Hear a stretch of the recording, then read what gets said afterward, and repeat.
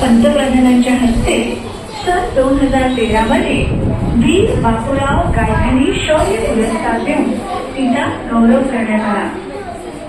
वीर बापूराव गायधनी शौर्य पुरस्कार नीट लक्ष द्या बाळांनो। दिला जाणारा राष्ट्रीय पुरस्कार आहे।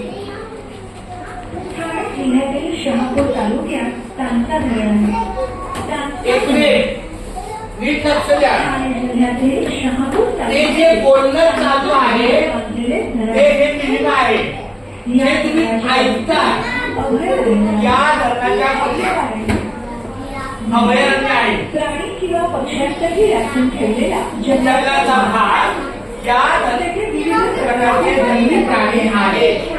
या भागात वेगवेगळ्या पाण्यावर आदिवासी राहतात।